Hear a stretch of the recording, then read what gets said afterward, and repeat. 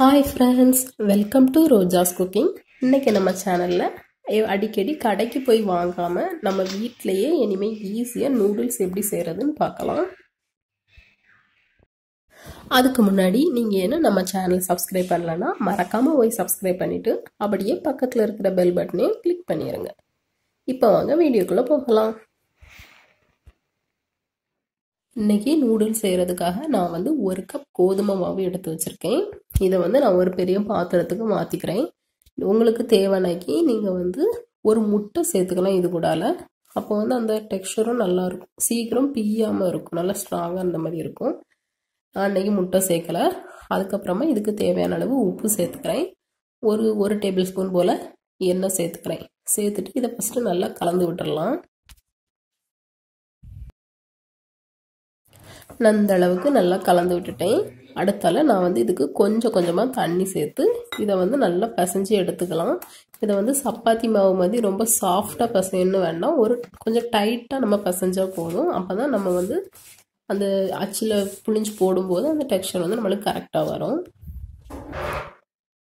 ரொம்ப நைஸாக பிசைஞ்சோம்னாக்கி நம்ம வந்து வேக வைக்கும்போது அது வந்து கொஞ்சம் குடுக்குடுன்னு இருந்த மாதிரி இருக்கும். அதனால கொஞ்சம் டைட்டாகவே பிசைஞ்சுக்கலாம். இப்போ நான் பிசைஞ்சதுக்கு அப்புறமா மறுபடியும் ஒரு 5 நிமிஷத்துக்கு நல்லா அழுத்தம் கொடுத்து நான் இதை நல்லா பிசைஞ்சு எடுத்துக்கிறேன். இப்போ நான் நல்லா பிசைஞ்சு எடுத்தாச்சு. இந்த அளவுக்கு நம்ம இதை வந்து நல்லா பிசைஞ்சு எடுத்துக்கலாம். இனி வந்து நம்ம இதை வந்து ஊற வச்சிடலாம்.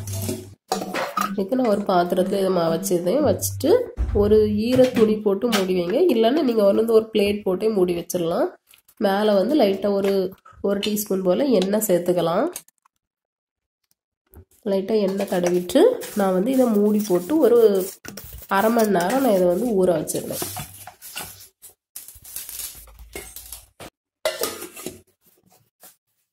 இப்போ நான் அரை மணி நேரம் ஊற வச்சிருக்கேன். இது வந்து நல்லா ஊறி வந்துட்டு அடுத்தால இதை வந்து நம்ம இடியாப்ப அச்சில் சேர்த்துக்கலாம். நான் வந்து இன்னைக்கு இடியாப்ப அச்சு தான் எடுத்திருக்கேன். உங்களுக்கு வந்து கொஞ்சம் பெருசாக வேணும்னு நினச்சிங்கன்னா நீங்கள் இதை விட கொஞ்சம் பெரிய ஹோல் உள்ளது எடுத்துக்கோங்க. ஆனால் நான் வந்து இன்னைக்கு இடியாப்ப அச்சு தான் எடுத்து வச்சுருக்கேன். இப்போ நான் அதில் சேர்த்துட்டு கீழே வந்து கொஞ்சம் மாவு வந்து நம்ம தூவிடலாம். தூவிட்டு நம்ம பிழிஞ்சு விட்டுடலாம். அப்போ நம்ம மாவில் டிப் பண்ணி எடுக்கும்போது நம்மளுக்கு வந்து அந்த நூடுல்ஸ் வந்து ஒட்டாமல் வரும். இப்போ நான் மாவு தூவிட்டு நான் அதுக்கு மேலே வந்து பிழிஞ்சு விட்டுறேன். பிழியறதுக்கு கொஞ்சம் கஷ்டமாக தான் இருக்கும். இப்போ நான் இதை வந்து பிழிஞ்சு விட்டுட்டு லைட்டாக மாவு அதுக்கு மேலே தூவி அந்த எல்லாத்துலேயும் மாவு படுற மாதிரி தூவி எடுத்துக்கோங்க.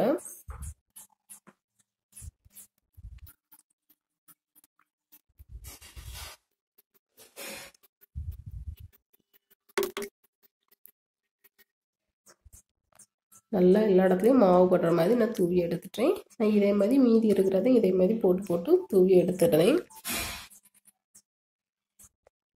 மாவு போட்டால் தான் நம்மளுக்கு வந்து அது ஒட்டாமல் வர, இல்லை ஒட்டி பிடிச்சிக்கிடும். நான் இதெல்லாம் இடியாப்பச்சில் போட்டு இந்த அளவுக்கு பிழிஞ்சு எடுத்துட்டேன். அடுத்தால கடைசியாக மீதி இருக்கிறதுல கொஞ்சம் எடுத்து நான் வந்து சப்பாத்தி மாவு மாதிரி பிசைஞ்சிருக்கேன். பிசைஞ்சிட்டு 2 சைடும் மாவு தூவி விட்டுறலாம். நல்லா மாவு தூவிக்கோங்க, அப்போ தான் ஒட்டாமல் வரும். தூவிட்டு நம்ம இந்த மாதிரி மடித்து எடுத்துக்கலாம். மாவு வந்து நிறைய தூவிக்கோங்க, அப்போ தான் ஒட்டாமல் வரும், இல்லை ஒட்டி பிடிச்சிக்கணும், நம்மளால பிரித்து எடுக்க கஷ்டமாக இருக்கும். இப்போ நான் மாவு எடுத்து தூவிட்டு இதை வந்து இந்த மாதிரி சின்னதாக கட் பண்ணிக்கிறேன். கட் பண்ணிட்டு நம்ம இதை வந்து பிரித்து எடுத்தால் இது வந்து ஈஸியாக பிரிஞ்சு வந்துடும். அவ்வளோதான். நான் இதையும் நல்லா பிரித்து எடுத்துட்டேன். நம்ம வந்து இப்படியும் செய்யலாம், இல்லை இடியாப்பச்சில் போட்டு நம்ம அப்படியும் செய்யலாம்.